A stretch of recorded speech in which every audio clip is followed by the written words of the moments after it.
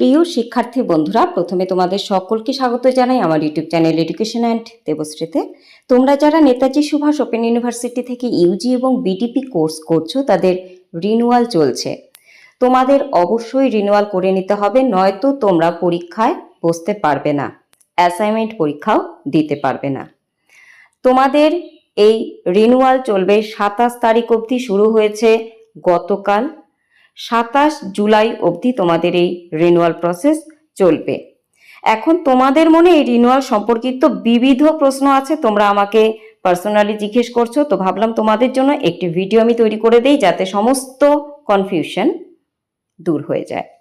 সব প্রশ্নের উত্তর তোমরা জানতে পারবে, তবে তার আগে রিনিউয়াল প্রসেস কি আছে দেখে নেই, কিভাবে রিনিউয়াল করতে হবে। প্রথমে তোমরা এনএসওইবি এর অফিসিয়াল ওয়েবসাইটে চলে যাবে। যারা নতুন, যারা জানো না তাদের বলে দিই, গুগলে গিয়ে এনএসওইবি অফিসিয়াল ওয়েবসাইট লেখো, প্রথমেই যে ওয়েবসাইটটি দেখতে পাচ্ছ সেখানে প্রবেশ করে যাও, এবং প্রবেশ করবার পর তোমাদের কিছুক্ষণ অপেক্ষা করতে হবে। তারপর এই একটি পেজ আসবে, দেখো এই পেজটিকে একটু জুম করে নিয়ে দেখো, এক জায়গায় লেখা রয়েছে যে ইউজি বিডিপি রিনিউয়াল। এই লেখাটি আসবে যাবে, সবসময় থাকবে না, জন্য আগের যে অংশটি তাতে তোমরা দেখতে পেলে না।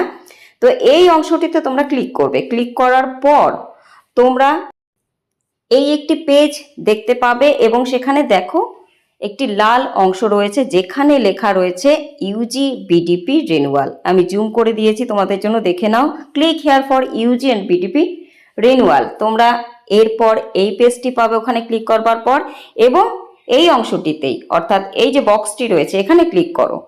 ক্লিক করবার পর তোমাদের সামনে তিনটি পরপর বক্স দেখাবে অরেঞ্জ কালার, এবং প্রথমেই তোমরা দেখতে পাচ্ছ apply for online UG BDP renewal. এখানে ক্লিক করতে তোমাদের সামনে এই পেজটি ওপেন হবে, যেখানে নাকি তোমাদের এনরোলমেন্ট নাম্বার এবং ডেট অফ বার্থ চাওয়া হয়েছে।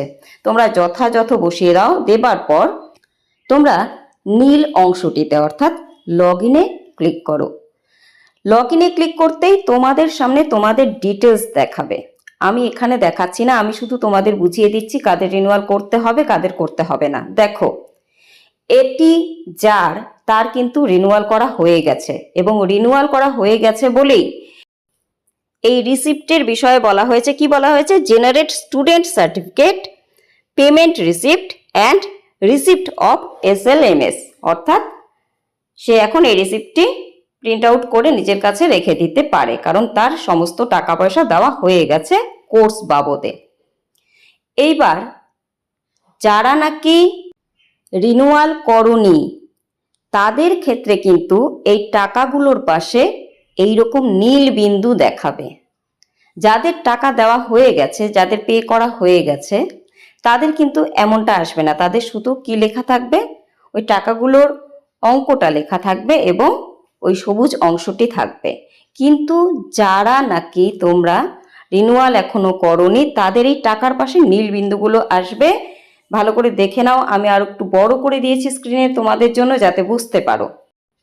আচ্ছা, এই গেল কারা রিনিউয়াল করেছো, কারা করনি তার তফাৎ।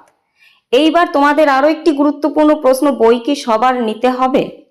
না, এমন কোনো বিষয় নেই। যারা বই নিতে চাও না স্টাডি সেন্টার থেকে নেবে না, এবং তার জন্য যে টাকাটা ধরা থাকে বইয়ের জন্য, সেই টাকাটাও কিন্তু বাদ যাবে। দেখো এখানে একটি স্টুডেন্টের সবার সাবজেক্ট অনুযায়ী এই টাকার অঙ্কটা বসে।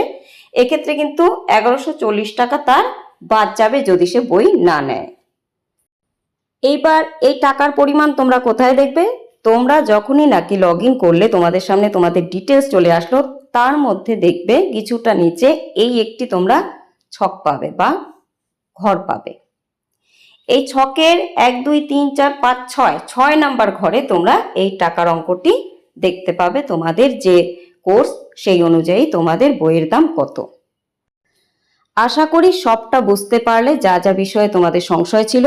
যদি মনে হয় ভিডিওটি তোমাদের কাছে গুরুত্বপূর্ণ এবং উপকারী, অবশ্যই একটি লাইক করে দিও। কমেন্ট করে জানাতে পারো আর কোনো বিষয়ে সংশয় থাকলে।